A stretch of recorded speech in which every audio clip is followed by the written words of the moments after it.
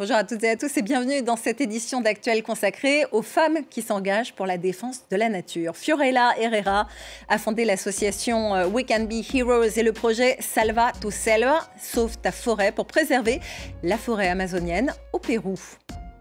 Et puis en Inde, la mangrove recule, les femmes agissent pour protéger cet écosystème qui en retour protège leur village.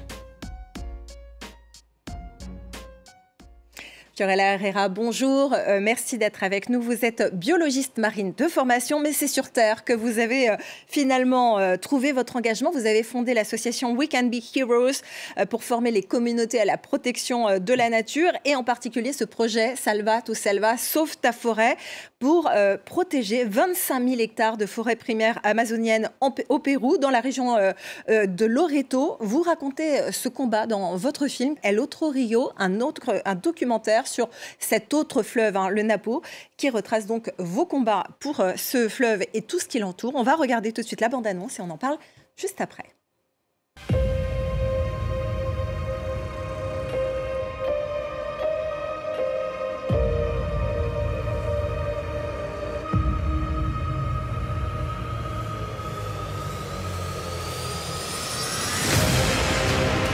Pero el plan que a mí se me ocurre es el siguiente.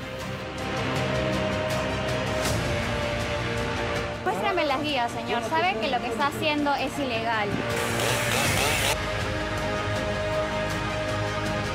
Dragas que se dedicaban a la minería ilegal fueron destruidas. Tenemos la leve y vaga esperanza de poder liberar a estos animales, cosa que es muy difícil por desgracia. Ahorita, ¿quién es legal? Nadie, todos trabajan ilegal. Entonces nuestros hijos, ¿qué van a conocer algún día? No van a conocer nada. Fiorella Herrera, quand on pense à l'Amazonie, on pense souvent au Brésil, à la forêt amazonienne, avec une déforestation à l'échelle industrielle, mais la moitié du territoire péruvien est en fait constituée de cette forêt amazonienne. Et il y a aussi beaucoup d'attaques sur le territoire du Pérou. Il y a du trafic d'animaux sauvages, de la pêche à la dynamite notamment, des mines illégales qui polluent le fleuve, et notamment le fleuve Napo dont vous nous parlez dans votre film. Et puis, il y a la déforestation qui est votre combat principal. Racontez-nous comment vous en êtes arrivé là. Le Pérou est le 4e pays au monde en termes de diversité. Mais malheureusement, notre pays ne s'intéresse pas à la conservation de cette immense biodiversité que nous possédons. J'ai commencé à m'intéresser de près à la question en 2015, lorsque j'ai vraiment constaté le trafic d'animaux sauvages dans la région de Loreto, car les efforts déployés par le gouvernement pour y mettre un terme étaient insuffisants. Ça s'est vu d'autant plus pendant la pandémie. La déforestation, l'exploitation minière illégale et le trafic d'espèces sauvages ont beaucoup augmenté. Et comme nous voulions être en mesure d'observer la biodiversité dans son habitat naturel, c'est ce qui nous a poussé à obtenir cette zone de conservation, afin de travailler avec les organisations de sauvetage et de pouvoir réintroduire les animaux. Parce que c'est ça notre objectif. Notre but, c'est de voir la nature libre, telle qu'elle est, avant qu'il ne soit trop tard. Concernant la déforestation, il y a deux enjeux principaux. Il y a l'arbre qui fournit l'aguaré, qui est un fruit qui est extrêmement prisé par les communautés locales. Et ce sont aussi ces communautés locales qui abattent les arbres pour du bois de construction. Est-ce que ça n'est pas finalement assez légitime qu'elles utilisent leur environnement pour survivre? Si. Oui, la déforestation à cause de l'aguaré est en augmentation. Le fruit est situé en haut d'un palmier qui mesure jusqu'à 40 mètres de haut et les gens s'enfoncent de plus en plus loin dans la forêt pour couper les arbres et récupérer les fruits. Mais c'est un cercle vicieux parce que comme les gens passent plus de temps dans la forêt, ils ont besoin de chasser les animaux pour se nourrir. Et puis par ailleurs, il y a d'autres personnes qui viennent, des personnes qui ne font pas partie des communautés locales et qui leur proposent du travail. Et elles proposent des prix très raisonnables. Par exemple, pour une planche de bois, elles vont te dire « je te la paye 2,50 €. Et ensuite, elles revendent ce bois. Évidemment, il y a une loi au Pérou qui interdit le transport de bois sans permis. Mais aujourd'hui, malheureusement, la loi sur la faune et la flore a été modifiée. Et de mon point de vue, ce texte permet le blanchiment du bois de manière massive. Jusqu'à présent, on avait un problème de manque de transparence ou de suivi concernant la provenance du bois que nous exportons ou qui est utilisé au Pérou. Et bien maintenant, avec ce changement de loi, ça va être bien pire et l'habitat naturel de cette biodiversité va en être affecté. Il y a cette scène dans le film où vous interpellez un transporteur de bois coupé illégalement. On va regarder cette scène et on en reparle dans un instant. De papaya, otra cosa sería de papaya, pues. No, si tiene papaya, tiene una posesión ahí, todo su papel. Me abandona la embarcación, ya. No lo voy a bajar las maderas. Usted no me va a poner. Colabore. Por favor, tenga la amabilidad de salir de la embarcación. Tenga la amabilidad de bajar la madera. Le ha dado permiso a usted para que suba esta embarcación. ¿Ya? Por y usted favor. tampoco para traer madera ilegal. Para ahí sí es bueno. Yo soy transportista, señor. Y no Yo soy transportista. A mí me pagan, a mí me pagan. No toque la cámara, no toque la cámara. Las maderas de la vía, ¿dónde está? No es justo, ¿no le parece? ¿Qué pasa? ¿Qué pasa, maestro? ¿Qué le pasa? Oiga, ¿qué le pasa? ¿Qué le pasa?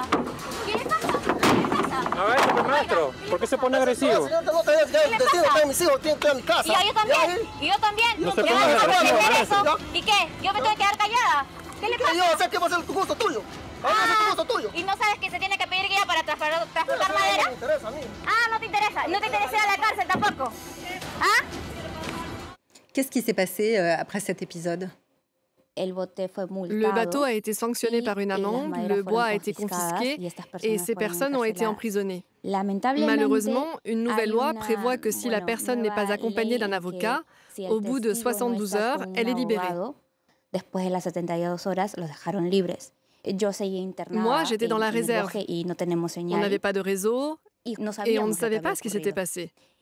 Mais on l'a appris quand la mère de l'un des hommes emprisonnés est venue dans la communauté où je me trouvais pour m'insulter.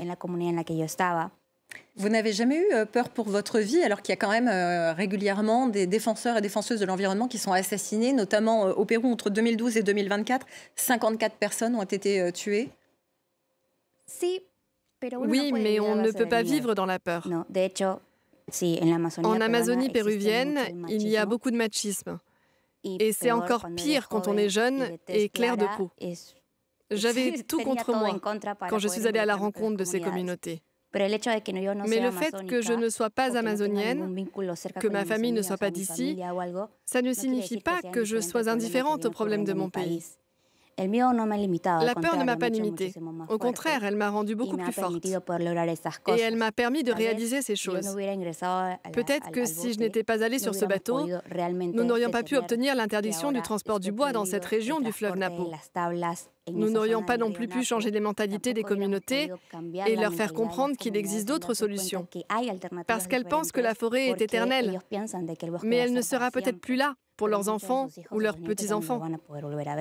Est-ce que vous diriez qu'aujourd'hui, la situation s'est améliorée?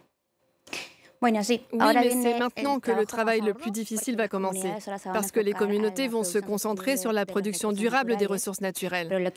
Mais ce que nous, en tant qu'ONG, aimerions par-dessus tout, c'est que le gouvernement se rende compte que si une petite association comme la nôtre a pu mettre un terme à l'exploitation minière ou à la coupe de bois illégale dans cette région, alors ça peut être fait dans n'importe quelle partie de l'Amazonie péruvienne, avant qu'il ne soit trop tard et que nous perdions toute la beauté de notre biodiversité. Merci beaucoup Fiorella Herrera d'être venue nous parler de votre combat et de votre film El Otro Rio qui sera diffusé ce mardi au Conseil économique, social et environnemental à Paris. Merci pour votre engagement et d'ailleurs d'autres femmes s'engagent un peu partout pour la défense de la nature. C'est le cas aussi en Inde, dans le delta du Gange. La mangrove, cette zone boisée en lisière des fleuves qui joue un rôle de barrière naturelle entre l'eau et la terre, est aujourd'hui en mauvaise santé. Alors les habitantes se mobilisent.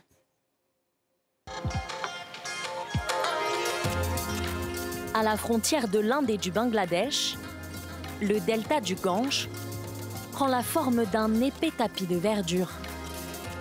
Voici les Sundarbans, la plus grande mangrove du monde. Une région aujourd'hui menacée par les cyclones et la montée des eaux qui accélèrent l'érosion côtière. Vishaka Taravdar a 40 ans, dont 20 passés ici, à observer impuissante la rivière engloutir peu à peu son village. Voilà où se trouvait ma maison. Il ne reste rien de sa maison faite de terre, où elle vivait avec son mari et sa fille de 3 ans. Avant, mon terrain allait jusque là-bas. Maintenant, tout disparaît peu à peu. Quand je vois les catastrophes naturelles s'abattre ici, je me dis que c'est très dangereux de rester. Ça nous fait peur. Mais on veut trouver un moyen de survivre. Où est-ce que nous pourrions aller? Sa survie, Vishaka Taravdar sait qu'elle la doit uniquement à la mangrove, qui agit comme une barrière naturelle et protège le littoral de l'érosion. Alors pour prendre soin de cet écosystème précieux, des centaines de femmes des Sundarbans se mobilisent. Mets les plantes à l'intérieur. Ces femmes en sari se surnomment l'armée verte des Sundarbans. Elles se sont données pour mission de reboiser la mangrove, comme ici le long de cette digue, fragilisée par un cyclone. Plante-le ici. Elle plante ce jour-là 250 pieds de palétuvier.